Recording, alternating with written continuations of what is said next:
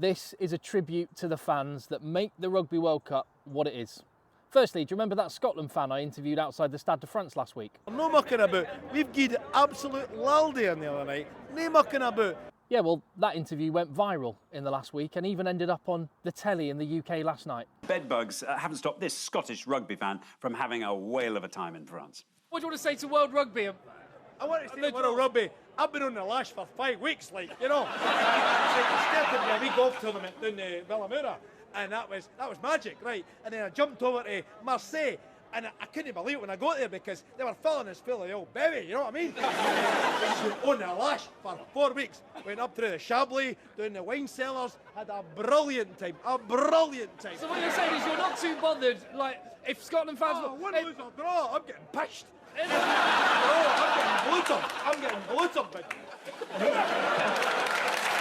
Egg chasers are going global, I'm telling you. And this is a tale of true dedication from 5 fans, 4 Welshmen and an Englishman who were stranded in Frankfurt, thanks to air traffic control strikes in France, with no way of getting to Marseille for this weekend's games. I know 2 of these people. This is Ed. Yeah, that's Ed's LinkedIn picture, which, how old's that, Ed? About 15 years, mate. You might want to update that. But as you can see from the little pin on his lapel, Ed is an England fan. And this is Dave. This is Dave while he was waiting for his flight to Frankfurt, not realising anything was going to go wrong. This is Dave on the flight to Frankfurt. Ed sent me that picture. Oh yeah, and here's a video of Ed and Dave when we were all together in Nice earlier in the tournament. You may remember this video from the channel, when they picked up a giant Dutchman as he downed his pint.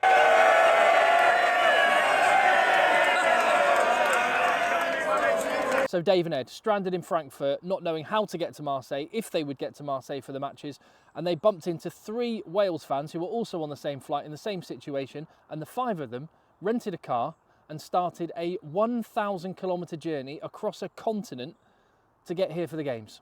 Dave was driving and Ed was sending me updates. Timothy, correct, that's what we're doing. We've probably got about 7.5 hours left. I'd like you to meet Sam. Hello. I'd also like you to meet Lenny. I'd also like to meet Matthew. What's happening? Got big Dave McDonald behind the wheel. Hello. We're on the Autobahn, we're still in Germany. ETA's probably with a few stops, probably 3:30 in the morning, something like that.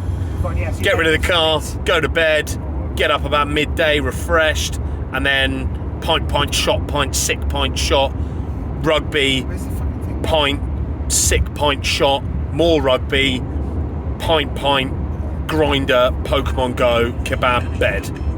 It's basically the plan for Saturday. Yeah, spare a thought for Ed, the token Englishman, because at times that car journey got very Welsh. Biggie and Tupac, IOP, even John Master J's in the cemetery. Guns don't kill people, rappers do. So did the police. Woo, woo, woo. Guns don't kill people, rappers do. So did the police. Woo, woo. Although fair play, they did throw themselves into the local continental culture. And I guess it's also a reminder that sleep deprivation can make you do strange things.